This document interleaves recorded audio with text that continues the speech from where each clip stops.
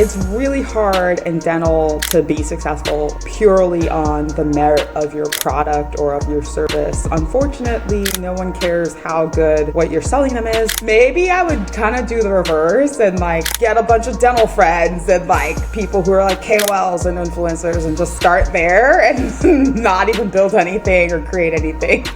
Hello, everybody, and welcome to another episode of the Raving Patients Podcast. As you know, I'm your host, Dr. Len Tao.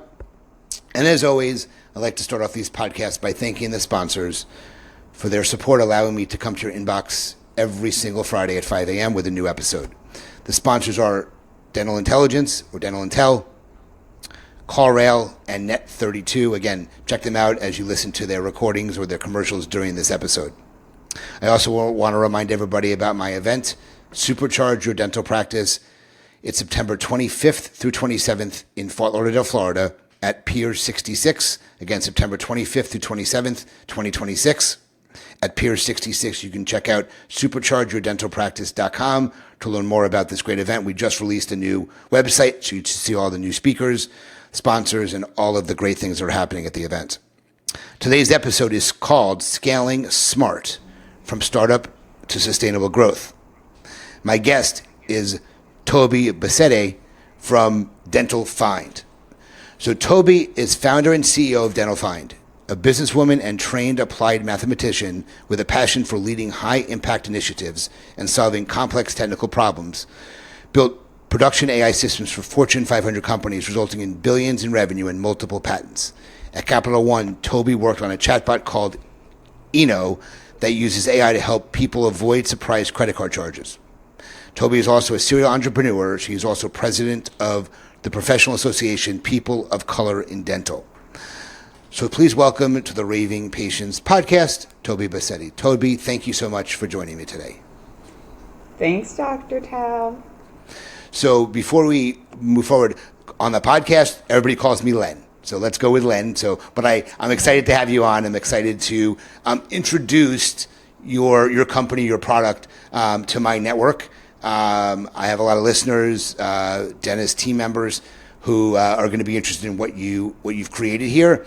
So I think the best thing to do to start off is to kind of just tell everybody what Dental Find is, what does it do, what's the purpose behind it, how they can learn out more about it. Let's start with that, about what the actual product is. Sure. So it's a dental care services marketplace. That means that we enable dentists to acquire fee-for-service patients who prepay for services like cleanings and whitenings, such that dentists are able to increase their fee-for-service revenue, reduce their dependency on insurance, and we also have plans for patients that function similar to membership plans. They're alternatives to insurance where patients get 2 free cleanings and then 15% off everything else. And so that helps us retain patients for dentists. So there are a lot of marketplaces in the industry. Obviously, there is ZocDoc, but there's a lot of, and ZocDoc is very geared towards insurance industry. So can you just talk about what makes Dental Find a little bit different, or realistically why a dentist would be interested in being part of your marketplace, obviously, if they're looking to attract more new patients. Talk about that and how it compares to the other marketplaces out there.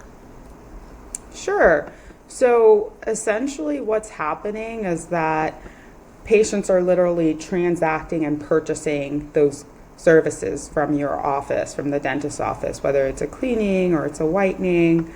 They're prepaying and we're charging their credit card, their FSA, that kind of thing. Whereas with ZocDoc, they're not enabling that transaction. They're just helping the patient book an appointment. So essentially, think of it as we're reducing no-shows with Dental Find. And that's the main complaint a lot of dental practices actually come to us with, is that they don't like ZocDoc because they're still on the hook for that $120 or so patient lead gen fee from ZocDoc, even if the patient cancels last minute. Whereas with us, the patient has skin in the game because they're prepaying. I'm not sure if I can share screen easily with this, but happy to. You could try if you can. You can go to share screen. The issue is that the listeners are not going to be able to see it. Only the viewers will. So we generally don't do too many. But you can try it for a short period of time. You can show it. Do you see anything? I do. I see Dr. Medrad Noorani. Oh, excellent. Okay. Yeah, apologies to those of you who are listening and not able to watch. Hopefully later you can. So this is what I was referring to in the sense of Dental Find's ability to enable patients to purchase care such that we're saving dentists awkward conversations around finances and also just enabling convenience for the patient and removing the friction the patient has to booking care with your office. And so it could be time. They can do this at 3 a.m. in the morning, check out with Dental Find, and then when your practice gets back into the office, you guys can take a look at your bookings and approve or reject the booking request the patient has made. So this is some of the main differentiators that I was describing earlier. Got it. I completely understand now. Thank you for sharing that. So there's a very, very big difference between ZocDoc, which for those that are not familiar with ZocDoc, it's a marketplace where they're promoting mostly insurance practices.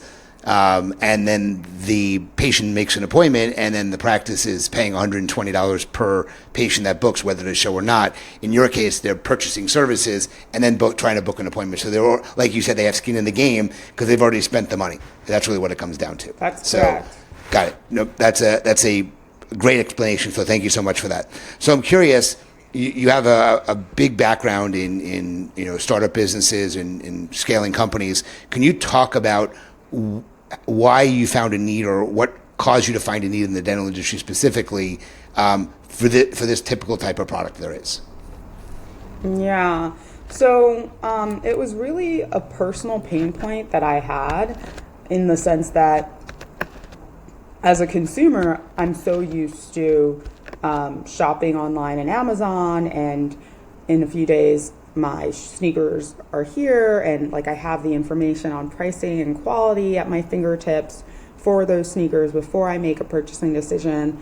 In the dining space, same thing. I can go on DoorDash, order a burger, and I know the pricing, I know what the quality is going to be, I can see pictures, etc. And it's just very easy and frictionless to transact as a consumer in those industries and through those technologies. And so given my technology background, building AI solutions, helping people avoid surprise charges with the chatbot you mentioned, at Capital One, it dawned on me that, hey, I'm not the only one tired of surprise healthcare charges.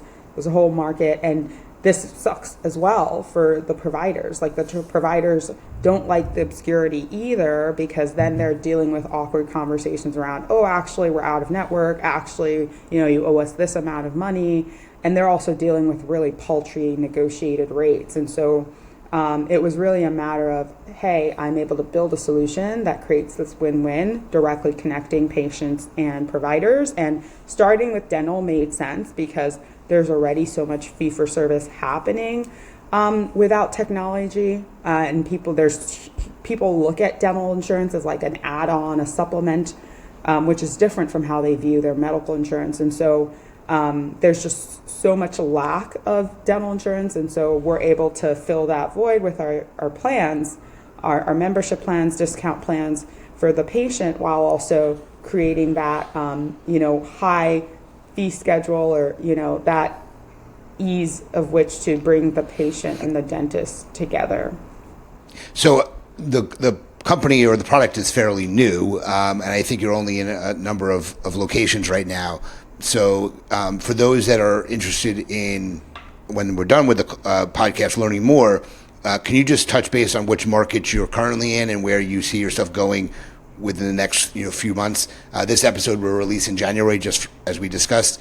So hopefully you have a timeline or a roadmap of where you're going to be or where you hope to be. So can you just review that with people so they don't get really excited and find out that you're not in their area?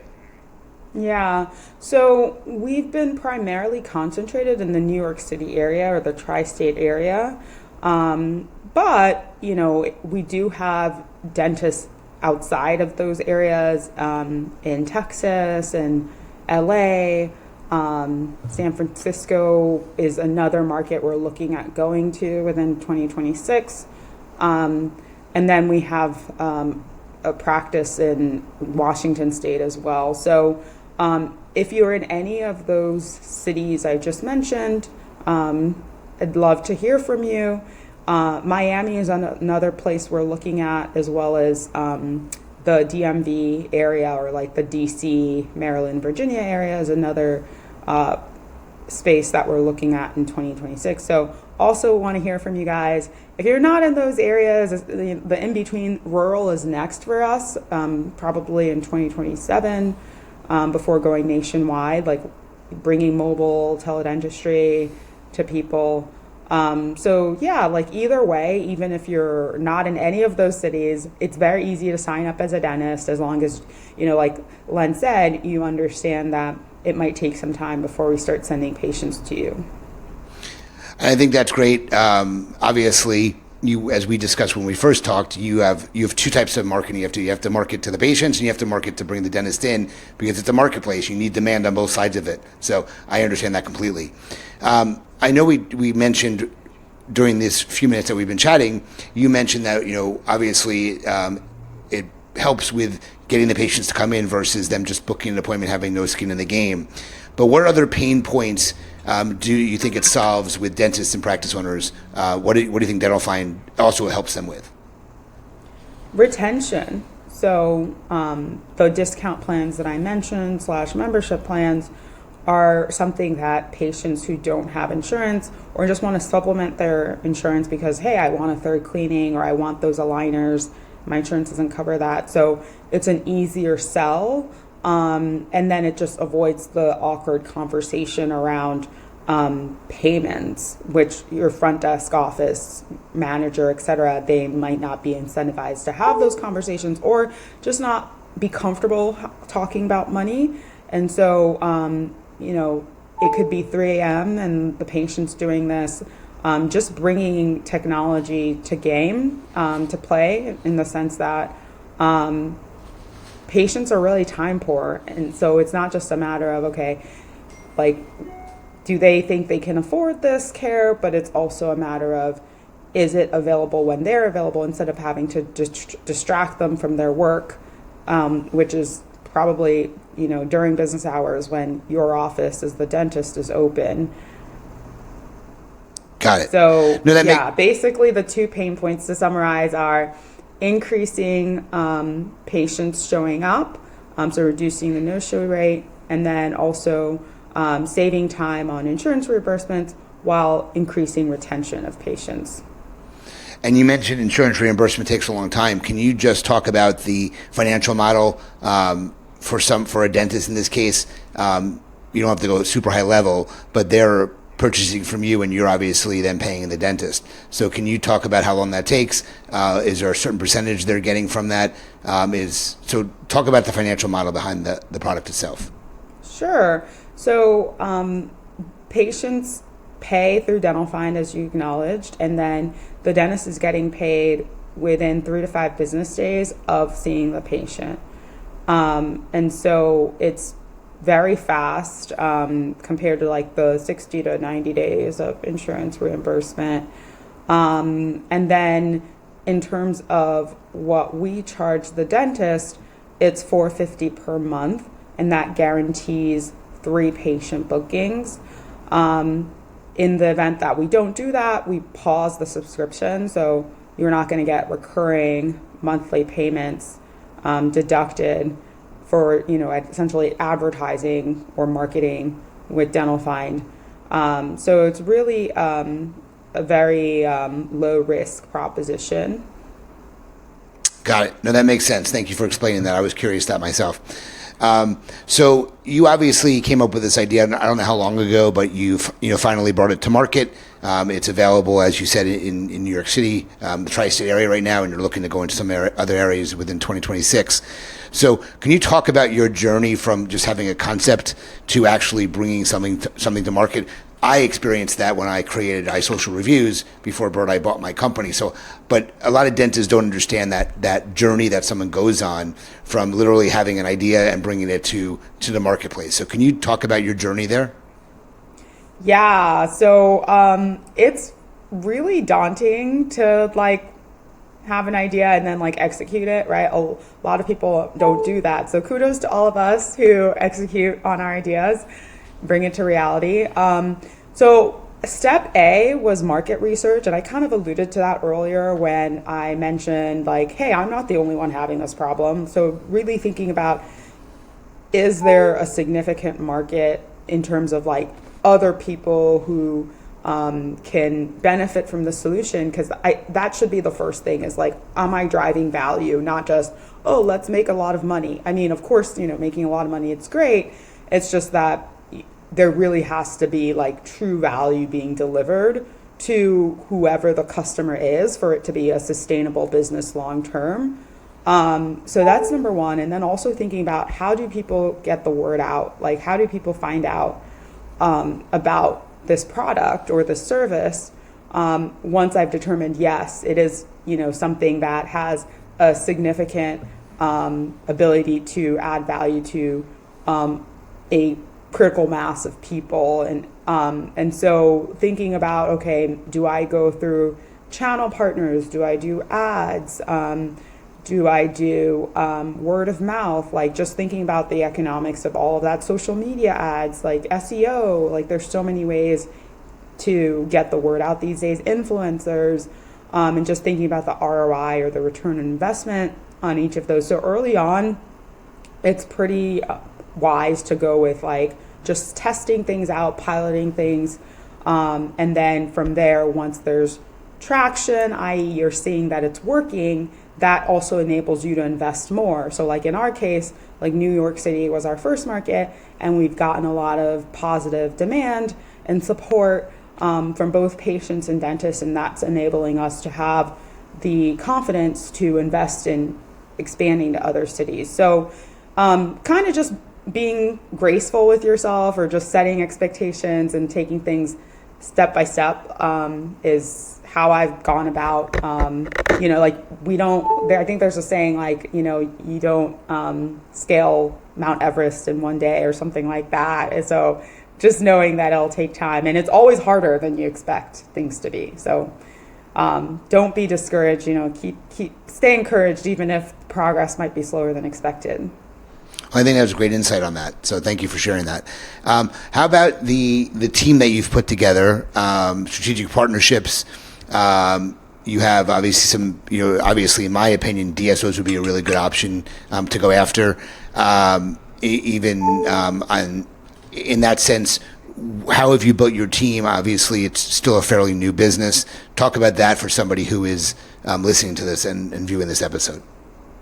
Yeah, another great question. So team really depends on personality and then also complementary skill sets.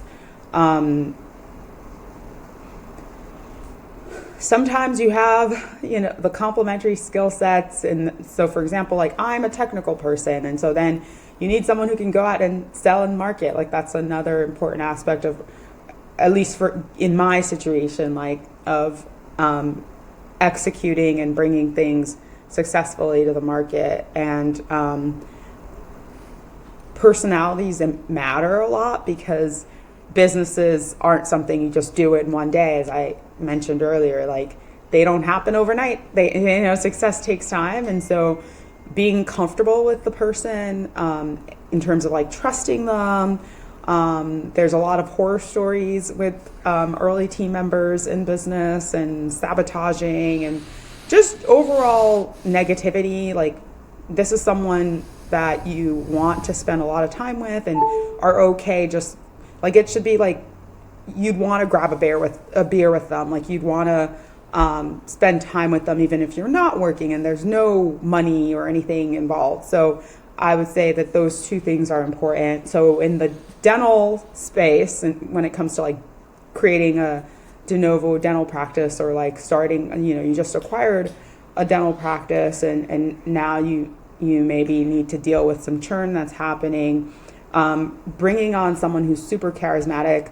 In my experience, a lot of dentists can be a little bit drier with the soft skills and know a lot about the clinical and the science and, treating patients clinically, but not have those soft skills to keep the patients happy and, bedside manner, et cetera. And so I found that hygienists typically bring a lot of those strengths in terms of being personable and asking the patient about their day, and if, providing snacks or whatever it is that your particular neighborhood, because, there are different types of patients. Some patients are more ritzy and want all the glam, and some patients just want to be in and want to be out. And so kind of figuring out what do your particular niche of patients value, catering to that, and then, having someone, if you necessarily don't have the sort of holistic, soft skills with the technical / science clinical skills as a dentist, then bringing on a business partner who maybe has those operating sales, and it could just be your hygienist or your front desk or office manager that supplements that. That's, again, good insight on that part of the business. So obviously, one other thing I know you had put down here was how to sustain momentum and manage burnout. Burnout in the dental industry specifically is pretty well documented. I myself built a big practice after I bought it in 2007. And I always like to say I had the practice of my dreams, but I wasn't living the life of my dreams. I was working on, I was doing dentistry 25 hours a week, but I was working on the business about 50 hours a week. So I was afraid of burnout. So I'm obviously very familiar with that. So can you talk about managing burnout and sustaining momentum from your perspective of things? Yeah, especially at the beginning while the business is still growing and maturing, it's very easy to burn out. So firstly, I prioritize my weekends. Like I have a specific ritual, and this works for me, just my experience. So feel free to take from my experience what you will, what maybe you think will work for you. And so weekends, I always prioritize family. Like during the week, it's kind of inverted where I'm prioritizing my work. And of course, I still always like family and friends, like, my values, like they always come first anyways, any day of the week. It's just a matter of how do I allocate my time in terms of things that I do schedule or I can anticipate. And so having that, I don't know if to necessarily yet call it balance, but it's definitely very important to like steward non-work items, which will eventually actually help you perform better. So like my resets are like my weekends, and then I'm able to come into the week like fully energized holistically, and just because I've recharged, and maybe it's I sleep more, or like I did a lot of time, spent a lot of time with like my nieces and nephews, or had a long phone call just shooting the breeze with a friend. And so that's something I do. The other thing is there's sort of small micro resets that I do during the week, whether it's starting out my day with meditation.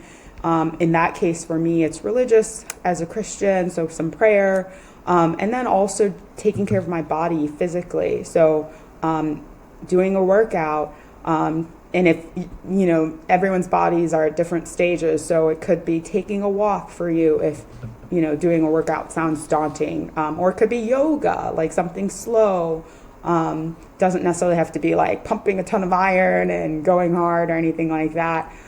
So I find that building that ritual of starting my day in the right headspace, and then I have a bunch of work, I have a work block, and I take a break, I do my workout, and then I have another work block, and then I take another break for the evening, have dinner, and enjoy some little kind of like little things like my favorite shows or that kind of thing. So I would just encourage other people to build in whatever works for them. It doesn't have, like if TV isn't your thing, maybe it's like, a game of poker or whatever is fun for you to do. Just having a small block of time each day where you can kind of like recharge is also important. So that's kind of what I found staves off burnout for me is, and then just at the macro level, having like long-term goals too is nice, where you're like, okay,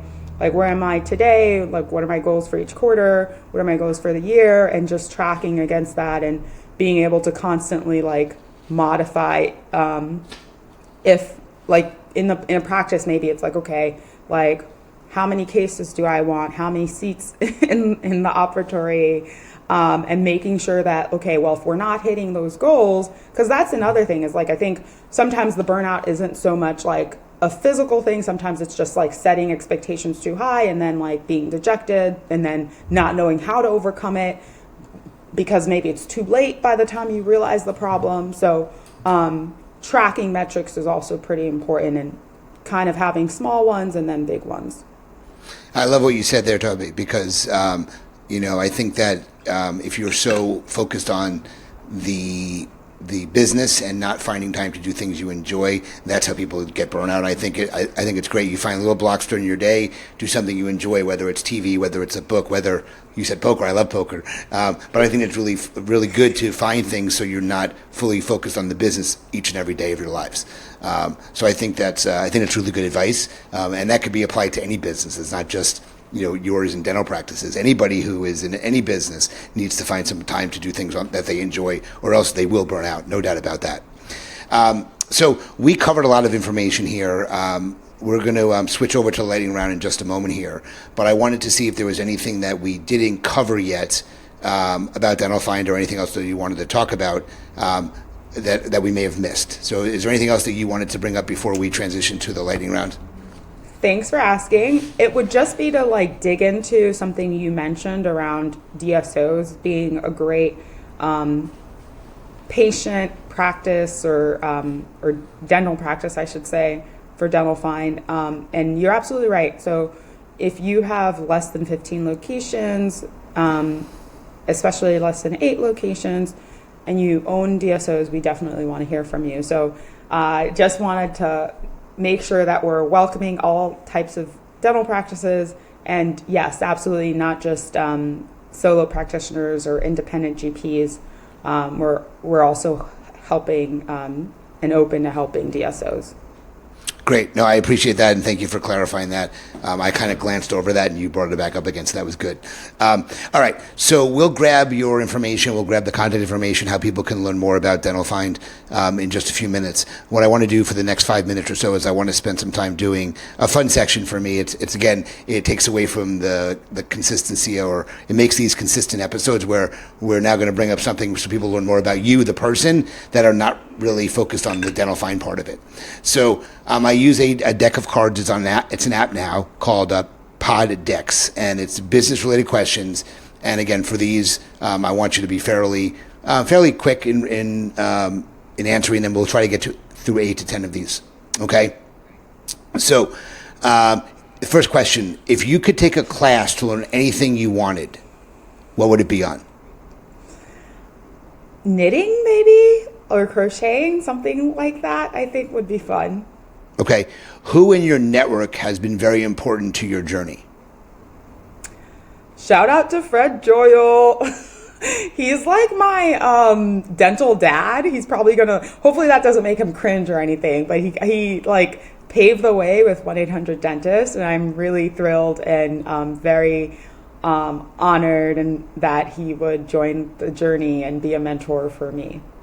And when we've spoken, I've known Fred for a very long time as well. So Fred's a really good guy.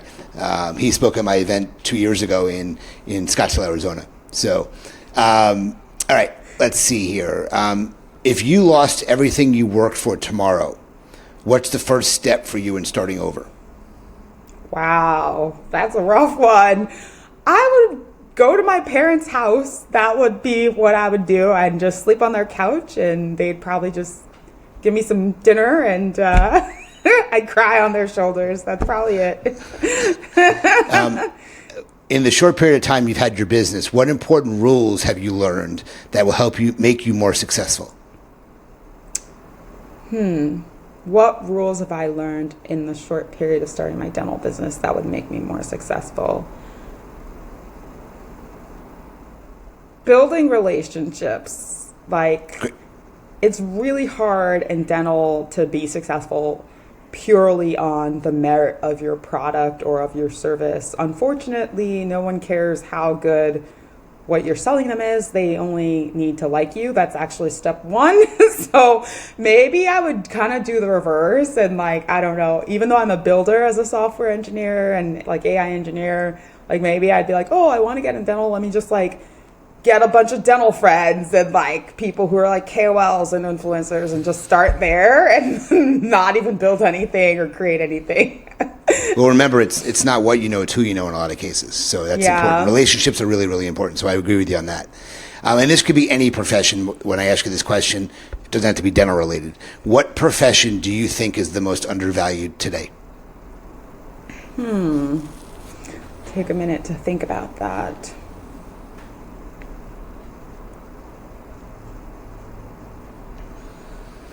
There's some very common question, very common answers I have for this one, but we'll see what you toss out there.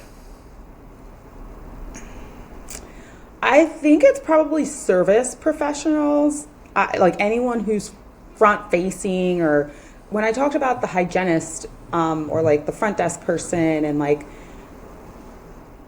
all of these people are people who are paid significantly less than the practice owner or than the dentist in many cases. But, you know, going back to like retaining patients and making sure patients are happy, like, you know, soft skills are super important. And so that's just a specific example that I'm thinking of. But yeah, I think that the sort of non-dental staff in many cases are unfortunately oftentimes undervalued. Oh, I think that's great.